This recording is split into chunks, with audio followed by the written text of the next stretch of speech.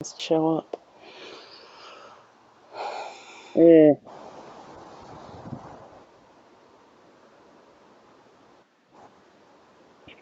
Played. Oh, wait a minute. Husband in name and title only. Okay, so I'm trying to upload part one of my end of marriage story, whatever, horseshit, bullshit, right? But I needed to take a wee in the middle, and I played a song, and so I got a copyright issue. So we're just gonna do this and then skip the song bit, but then also I'm probably gonna skip a whole load of jibby jabby. I got played.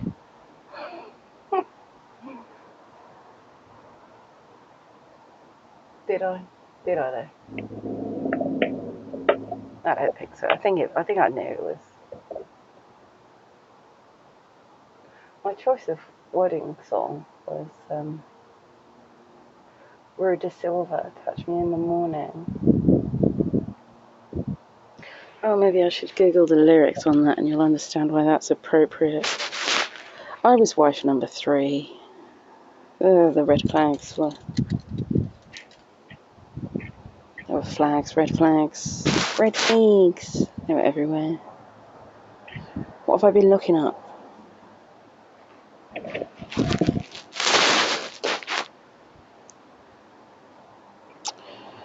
Yeah, everything changes on Monday. Yeah, Campo Viejo and Castillero del Diablo. Yardra still. Look at you. Like, it's like throwing my whole life out of what's it? Because, yeah. Okay, go on. Diablo. Yeah. We were chatting on Friday on the Drew Steele show when they told us about the change in time. But whatever, we were talking about favourite tipples and that. It was Friday. And Florentina, I really hope she make, like, all the chat's going to change again. Do you know what I mean? Like, if I've been listening to Drew Steele for the last 4 years, 4 or 5 years, yeah, and, yeah, 4 or 5 years, yeah, and, he got kicked off of YouTube, so, like, the YouTube chat was great and everything, and then, and also that was during lockdown, right, so then, like, lockdown ended and people started going back to, like, normal business. He got kicked off of YouTube, and we had to find him on Rumble, so only a few of us found him on Rumble, and the chat, slowly, and then some people, like, they couldn't put up with Rumble because it was, still in development, early sort of stages and that, and beta mode, whatever, and then now, and then he left Fox and he went to Florida's Voice, and now, so everything keeps changing, but that's life, innit, It's not necessarily a bad thing. I think it's great for him. The drive time show over the morning show. Oh my god, like, that's going to be such a change for him. Like, he'll be sleeping in the same bed as his wife again. Or will he? I don't know.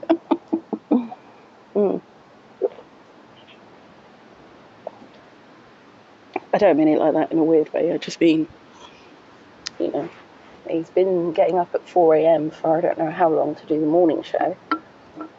Or maybe earlier than 4 a.m. and now that's all changing, so. Oh, I think I'm out of space. Oh no, we're still going. Oh yeah, so we were talking about our favourite tickles, and Florentina, bless her, in the chat. Yeah, I hope she shows up on Monday. I'll miss her if not. Yeah, I know. Parasocial relationships, it really does intrigue me because I spend a lot of time on. But the only people that I really interact with is on the Drew Steele in the chat, because the chat there's only there's like under 200 people that are watching on even when it was Facebook, on now on Rumble, there's like 200 people tops, yeah. and the number of regular chatters is probably, I don't know, on any given day there's probably only between 3 and 5 of us there. But tops, there's probably like 15 people that are regular chatters. And yeah, after 4, maybe 5 years, yeah, you do parasocial relationships.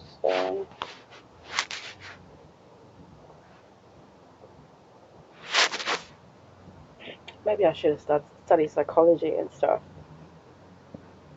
Sometimes I think I would have been better at law, actually. I think law would have been better for me than accounting. So anyway, everything changes on Monday. I do apologise for all the background. Yes, I've got something I should be doing right now, and I'm putting it off, clearly. Yes, I should have been fiddling with the printer and stuff like that. I do apologise for the background noise. Oh, I don't really have a husband anymore. I mean, I do, but it's in name only. Oh yeah, I was going to Google the lyrics for. That's what I was doing.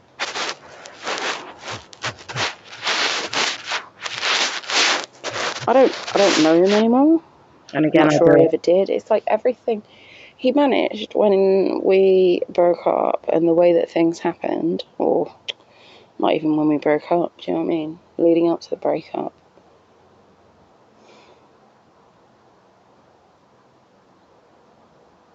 I believe they're called narcissists. But like that's like so overused these days. I'm not entirely sure that he's probably got traits, pretty strong traits. But I don't think he's full NPD, but I don't like throwing labels around anyway. Unless we're talking about polling. I don't even like it then. But maybe I should do that. Check in with Richard Barris and see what the latest polls are. I'm so sorry about the background noise. I'm so sorry about the wrestling. Catch me in the morning. Do. Last thing at night. Where are the lyrics? You don't have the lyrics. You can't put the lyrics here. Background and release. Oh, I'm going to need to go to the loo, so I'll have to pause this again. Oh yeah.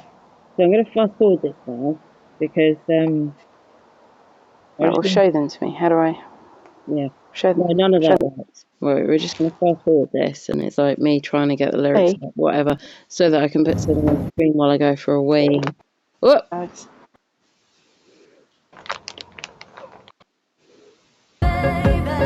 No. Oh! There aren't even lyrics on there. That's misadvertising. Well, obviously, I'm okay with this. My brain does not want to go there. There's nothing really to talk about. I got played. I think that's it. I should have seen the signs, the red flags. I wanted to believe it was true. It was real. It wasn't.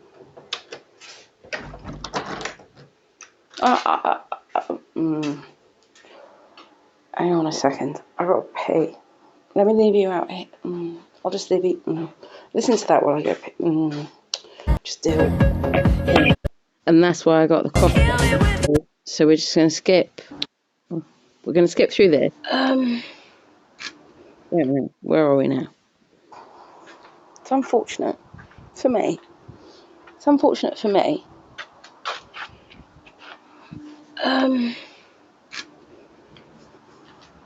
The discard was very difficult, was very hard. Again, and there were some things that happened.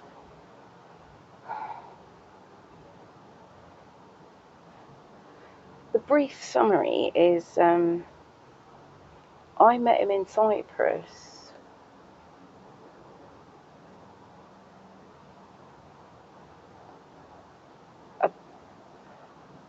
I thought not long. I thought about a year after he separated from his wife. I met him around the start of the year, and I thought he'd been separated from her for at least a year.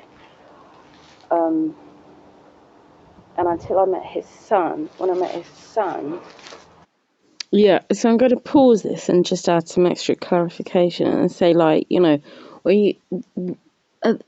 when there's a new year starting, and then when people are talking about times and stuff, and this year, last year, everything gets, you know, this week, last week, everything gets a bit clouded. Okay, no, I really did have the impression that he was a reasonable time separated from his wife. Okay, whatever, who gives a shit? And his son's girlfriend, now his wife, okay, Tom, oh Jesus, don't name them. It became apparent that no, I met him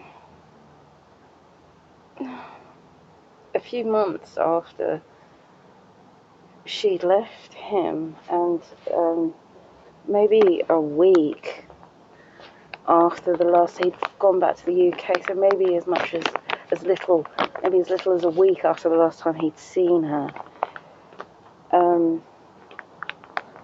So there were red flags. There were always red flags, but while it was just the two of us in Cyprus, you know, but and then at that point, you know, I'd already been with him for a number of years.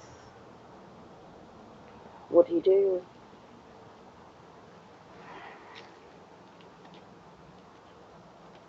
He told me he changed. I wanted to believe he changed. He told me he was sincere and genuine. I wanted to believe that. Of course you do. And then what do? If you're with someone you care about, you do that. You give them the benefit of the doubt.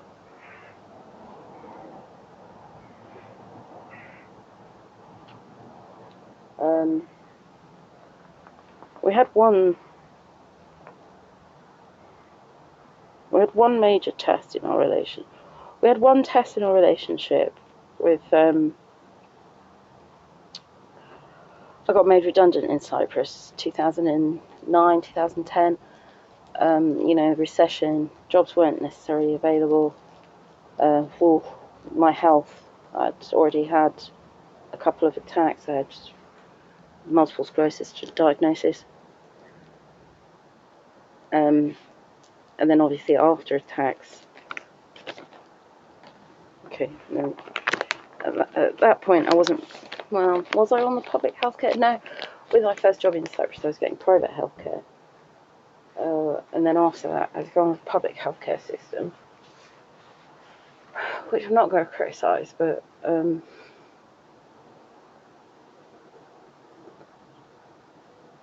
and then, you know, I did apply for a job, and I got down to the final two.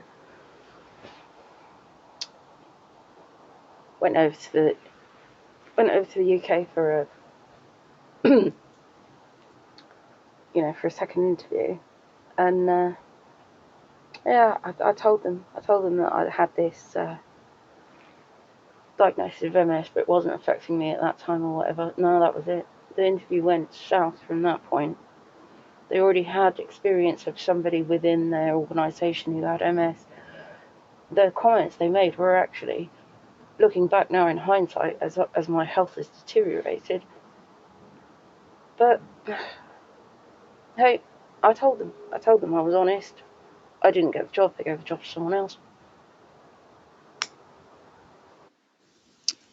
Yeah, their comments were not pleasant.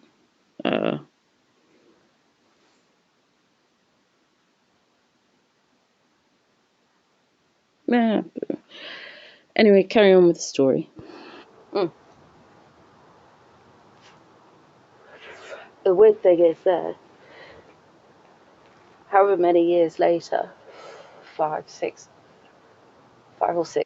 No, I don't think it was 5 or 6, actually. I think it was a bit more like, oh, it doesn't make a lot of difference. It was like 3 or 4. So let the story play out and you'll understand the redundancy of this when I was working the whole time, whatever. 6 years later,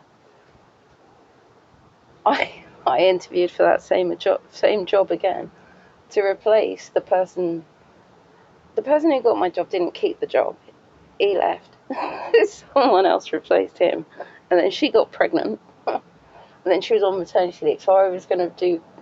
They interviewed me for a job to replace her while she was on maternity leave, or a contract, or a job, or whatever the hell.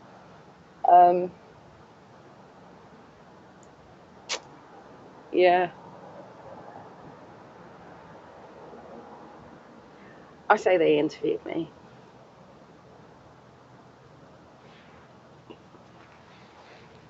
I don't know.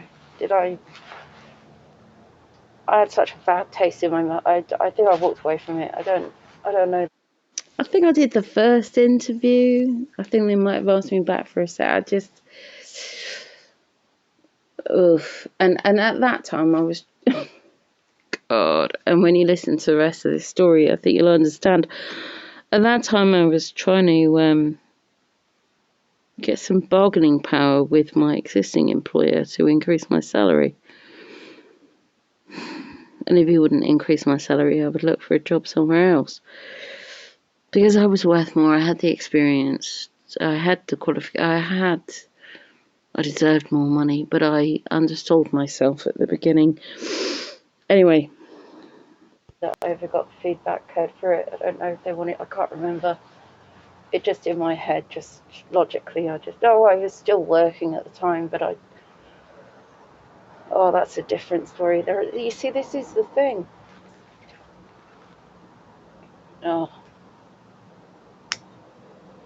If you're going to marry someone, if you're going to be in a relationship with someone, a serious, committed relationship, if you're going to marry them,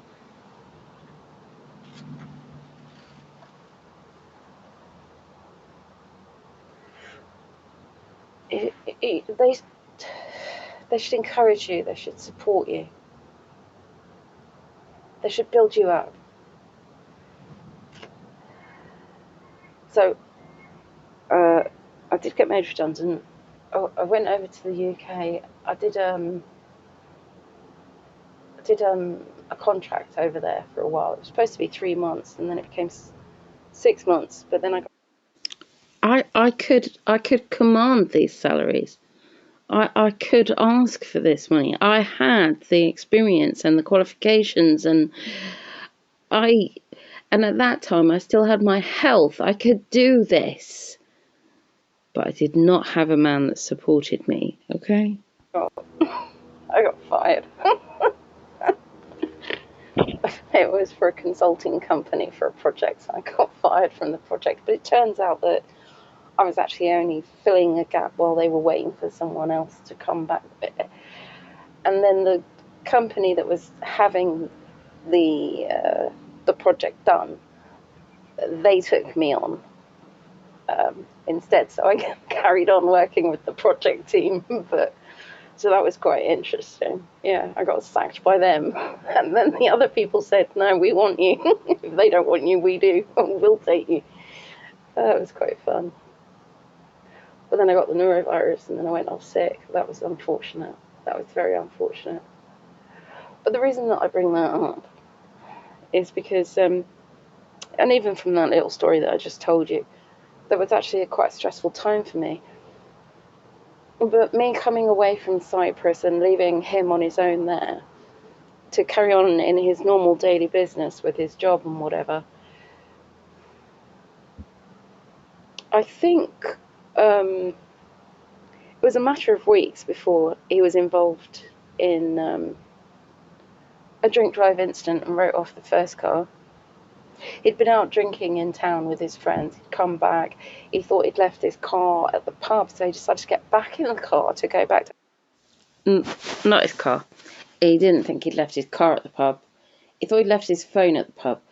But it turned out later that his phone had, that special place under the seat, it slips out your pocket, and his phone was still in the car, but he didn't check the car properly before he got back in it whilst drunk to go and drive to the... So this is who I married, okay? That's who he was. I did it. I did it. This is all on me. He might be completely different now. Good luck to him. I don't know him. I don't know him anymore. He's a stranger to me. He was an asshole to me, okay? But he drove the car off the road. So, one car down, drink drive incident, well done. Not well done, I'm saying that as sarcastically as possible. The only thing that was well done about it was that nobody was actually injured. And then, a couple of weeks after that, he finished work, he went to the pub, he got bevied up, he got in the car, he was driving home, and he had an accident on the outskirts of the village, driving into one of the neighbours. And he wasn't wearing a seatbelt. He put his head through the windscreen. And so the ambulance was called, so the police arrived. So he was arrested for drink driving. And I mean, he was all right, because there's nothing in his head, as it turns out. So he was fine. But at that point, I really should have been asking myself, and that was car number 2, written off.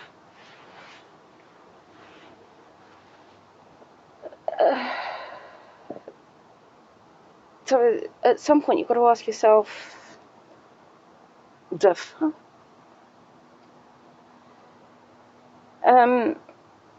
Because that's not helpful. That's not supportive. I'm over there working, trying to earn some dollar, and you're just out getting pissed up in the pub and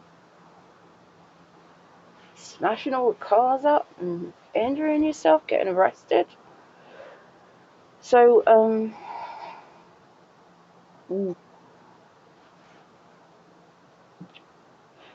so when I did come back to Cyprus with the money that I'd earned, and there's more to this story, don't worry, there's always more. I'd sell his bar bills, paid his solicitor's fees. Yeah, he was able to keep his license. He had fines. Of course he had fines. Multiple violations. They fined him.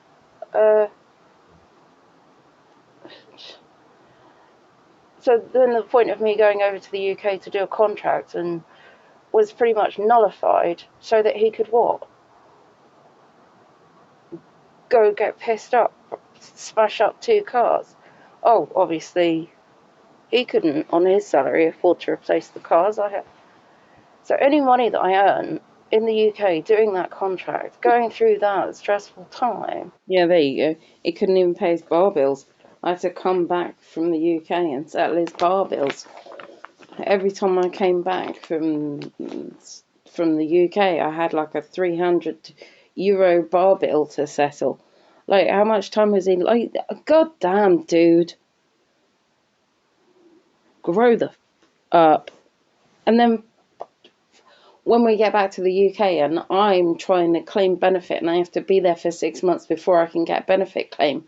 And yeah, we stayed with my sister and like, what did you do with £5,000 in 2 months? And you want to come at me? You want to come at me? I'll come at you. Okay, I don't care anymore, alright? I want to make this point, right? He's an asshole. And I think anybody with a working brain cell can figure out that he's a fucking asshole. Did I figure it out? No, I didn't. You know why? Because I thought... Yeah, I had a clue. Around the time that he was getting ready to leave, I had a goddamn clue. Okay? Because everything, all the plans that we made, he emptied the bank accounts, he maxed out his credit card, the only thing that man cares about is himself, okay? This actually went quite well the first time. Right, I was only doing this to get rid of the copyright because I left the music playing while I went to the loo. So just carry on. got literally pissed away by him.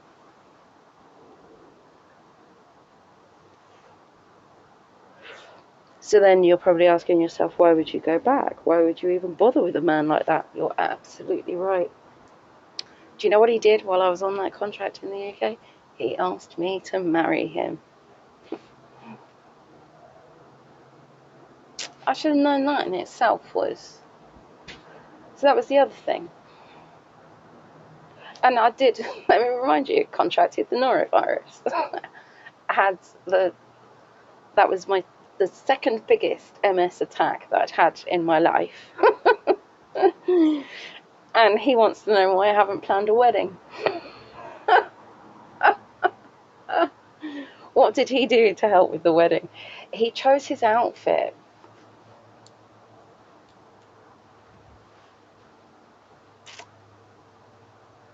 Yeah, that's it. His mum was fantastically helpful.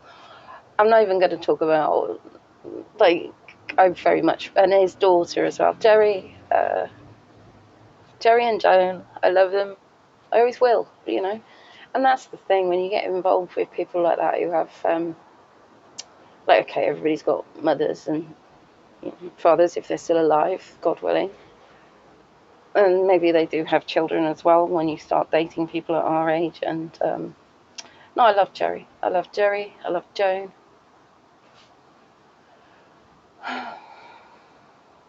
Like Tom, I'm all right with Tom. I mean, but Tom knew.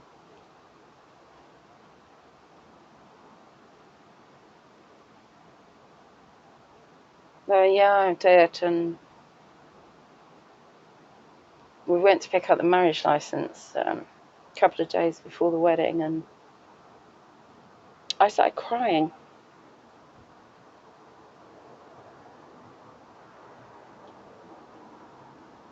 I was convinced that he was going to leave me. I was convinced that it was like a marriage of convenience, and if I got sicker, he would leave me.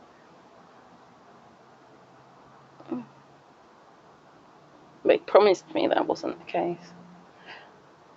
The registrar, she said she's seen brides crying with happiness and stuff, but she's never seen anyone. I should have known. All my,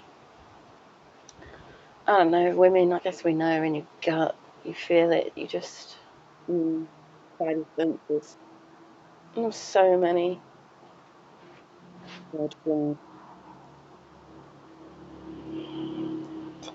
But you want to believe, right? You want to believe that they're telling you the truth, that what they're saying is that they mean it, that you want to believe in them, you want to encourage them, you want to support them, you want to. And then I was supposed to go back to the UK. We had said that after I did a contract and we got a bit of money behind us, we'd go and relocate to the UK then. And I'd start getting treatment on the NHS and stuff. I was offered that at that time, after the second or third. Right, this isn't going to fit in one video. But he didn't want to leave Cyprus. Then he decided he was okay. And I had this fantastic interview for this job. Oh, yeah. Great job. Love that. And the last thing he said to me before I went in for the interview was, don't, you need this. It was something like, basically it was, don't ask for too much money. Don't ask for too much money. You need this job. We need this money. Just take the job. Don't oversell yourself, I think is what he said.